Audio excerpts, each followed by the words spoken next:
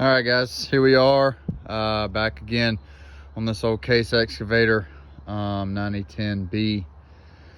I told you guys I was gonna have to do a thrust bearing on the crank, and so that's what we're doing today. And I just wanted to do a video kind of while I'm in the process. There's, again, not much stuff online that tells you much or shows you much. There was a good post on one of the 4BT forums. Some guy did a good write-up on one, but I didn't see really any videos on how to do this. Okay, so let's start with, obviously you pull the oil pan. You're gonna pull the oil pickup tube. There's just 3 bolts. There's one here. It's kind of like a stabilization bracket, I guess. And then these 2 that are on the actual where we put the gasket. So, oh shit. Make sure you don't lose your bolts. I try to always keep mine in the hole they came out of, but this one doesn't want to stay there. Okay. So once you get that out of the way, you're gonna pull this off, which is the bottom bearing cap. Okay, on this motor, and I think most 4BTs, it's the number 4 bearing cap, and it is number 4 counting from the front or the crank pulley. So from your fan side, basically you're gonna count 4 back. Okay, and so when you pull this stuff off, remember how it came off. So I kind of set it here the same way it came off. All of these numbers on these are all on the same side, facing towards the front of the machine. Or I guess it would be, if you were going to orientate the motor in, like it was in a car, it'd be facing the passenger side. So these are all pointing towards the passenger side, facing the rear of the motor, all the writing. So that kind of how I left it here. You're going to pull these 2 bolts out that hold this in. They're kind of weird. I've got like every metric and standard socket known to man, I think, but I don't have a 23 millimeter, and I think that that's probably what these truly are.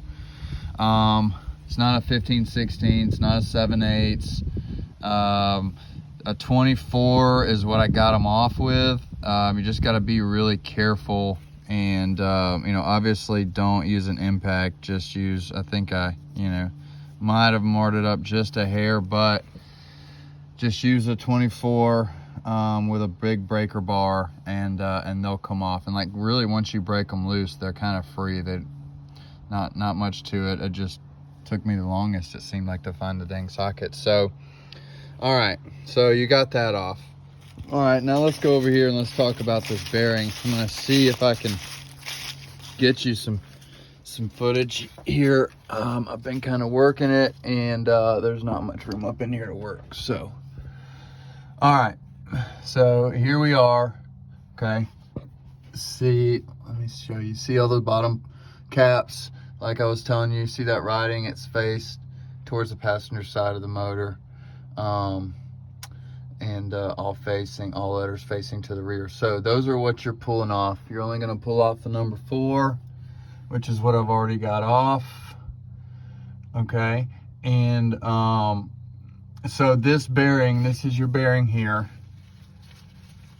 Let me get this. All right, so this is your bearing. See, I got mine starting to come out here. Okay, so you see that tab? Okay, that tab is, from what I know, is like helps it line up. It's not really holding it in, but that tab also prevents you from knocking it out both ways. You can only knock this thing out one way. Okay, so I initially started tapping it from this side over, and it got to a point where it wouldn't go, and I didn't want to force it, so I started tapping it on this back side. And it started going. You want to be very gentle. I started out with this punch, and got it as far as I could with the punch, and then just very, very gently took this small flat blade screwdriver and kept working it around. Then I got it to a point, once my screwdriver would not go any further, it was up here. It was further up. It was like way up here. okay? And so I took a set of needle nose and I grabbed that tab with these needle nose and pulled it down, and it seems like it's free now. I can probably rotate it all the way out right here. Let's see. Yeah. It's hard to do with one hand. There it is. Okay.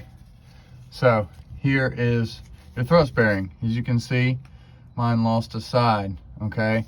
And remember your tab, okay? So when you put this back in, it's gonna go in obviously just like it came out. So you're gonna rotate it back over the crank and the bearing cap just like this, okay? Let's go back out. All right, so we got that out. Okay, there's that. Now let's go get the new bearing. All right, here's our new bearing set. Okay, so a couple things. I'm not gonna do it. I hate working with one hand, so I'm gonna just talk you through it and then do it. So obviously this small piece is your bottom cap or your bottom bearing. Okay, the small one. It's gonna go in here. You just literally slide this out, slide your new one in, and that should be done. Let me see, where's it at? One thing that I want to point out is you've got to lube these up. A lot of people are using motor oil. You can, but I've read and heard you don't want to lube the back side. So when I pull this out, okay, see it's got oil down there. I'm going to clean all that up, and I'm not going to lube this back side. I'm only going to lube this front side that actually is getting the spin. So I'm going to use this Lucas assembly lube.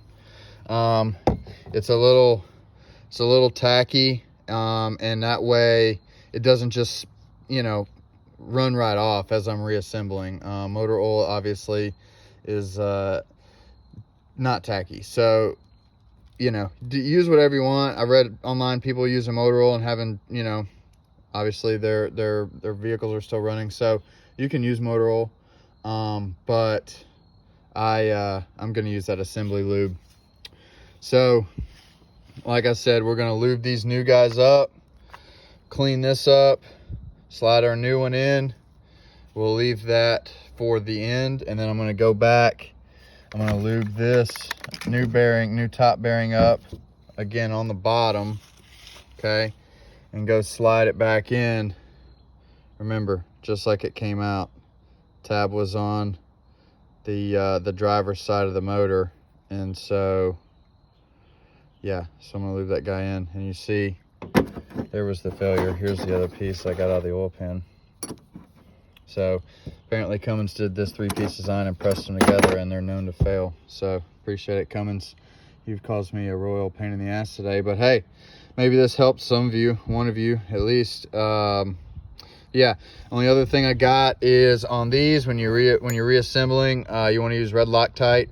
I think that the torque is 130 foot-pounds.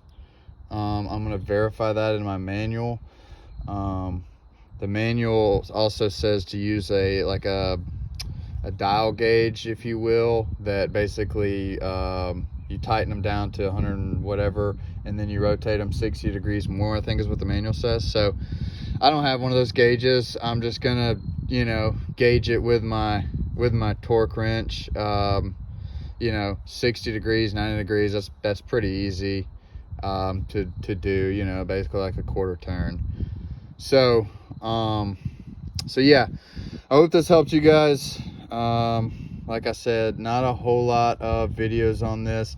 When you're pulling out the old one, you just want to be gentle. You don't want to score anything up. At first I was kind of like, what the heck, because I was pushing it the wrong way. And real quick, let me show you why that doesn't work. All right, so I'll show you on this bottom piece. So you see this tab, okay? So if I were to start hitting this with a punch, it would get to a point where you see now it's binding up. That tab is like scraping on the You see, like, I cannot rotate it out like that, okay? So that's why it will not come out, it will only come out one way, okay? So, but you see, if I do this, and then say I was hitting this side with the punch, slide right out, okay? And so that's what I had to figure out the hard way. I didn't really know where the tab was.